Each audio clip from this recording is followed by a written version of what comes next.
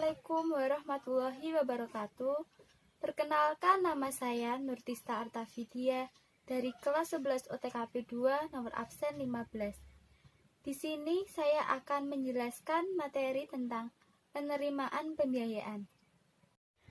Penerimaan pembiayaan.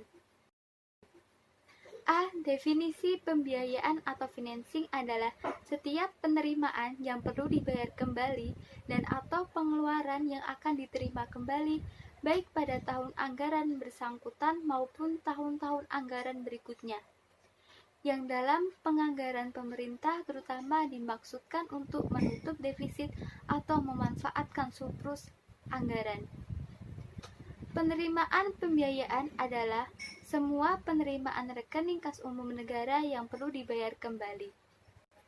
B. Jenis-jenis penerimaan pembiayaan terdiri dari A. Penerimaan pinjaman, B. Penjualan obligasi pemerintah, C. Hasil privatisasi perusahaan negara, D. Penerimaan kembali pinjaman yang diberikan kepada pihak ketiga, E. Penjualan investasi permanen lainnya, dan F. Pencairan dana cadangan.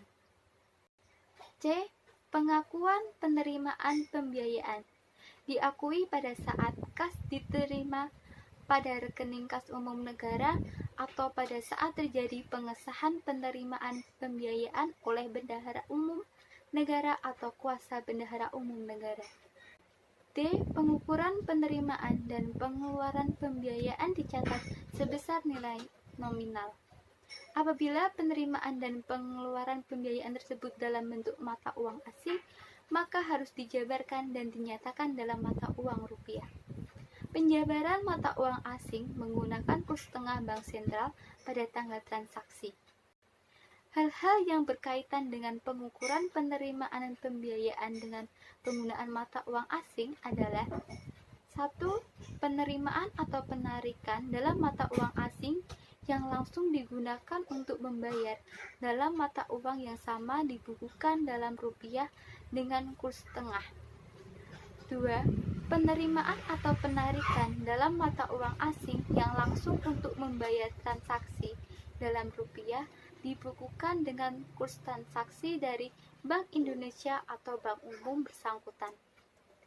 3. Penerimaan atau penarikan dalam mata uang asing yang sesuai dengan komitmennya dalam mata uang asing yang diterima dalam rekening milik bendahara umum negara dibukukan dengan kurs tengah Bank Indonesia atau bank umum bersangkutan. 4. Penerimaan atau penarikan dalam mata uang asing yang tidak sesuai dengan komitmennya yang diterima dalam rekening milik bendahara umum negara dibukukan dengan kurs transaksi. Penerimaan dan pengeluaran pembiayaan dilaksanakan berdasarkan asas bruto, yaitu dengan membukukan penerimaan bruto dan tidak mencatat jumlah netonya. E. Pengungkapan penerimaan pembiayaan dan pengeluaran pembiayaan juga diungkapkan dalam catatan atas laporan keuangan atau CALK. Hal-hal terkait pembiayaan yang diungkapkan di CALK antara lain 1. Anggaran dan realisasi atas rincian penerimaan pembiayaan, dan 2. Anggaran dan realisasi atas rincian pengeluaran pembiayaan. F. Perlakuan khusus. 1. Penerimaan pembiayaan untuk pinjaman luar negeri yang melalui mekanisme rekening khusus di mana penerimaan Notice of Disbursement atau NOD mendahului penerimaan kas. Pengakuan penerimaan pembiayaan untuk pinjaman luar negeri yang melalui mekanisme rekening khusus adalah pada saat diterimanya NOD dari lender dan bukukan berdasarkan tanggal valuta NOD. Dalam hal terjadi selisih kurs akibat perbedaan tanggal NOD dengan penerimaan kasnya, maka kuasa BUN mengakui adanya selisih kurs atau unrealized.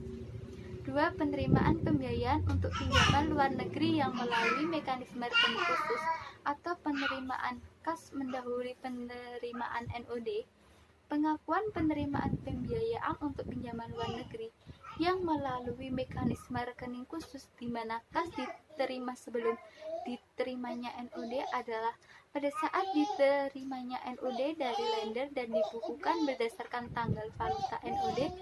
Namun, pengakuan penerimaan kas tersebut digunakan pasangan akun penerimaan pembiayaan ditangguhkan dalam hal terjadi selisih kurs akibat perbedaan tanggal NOD dengan penerimaan kasnya.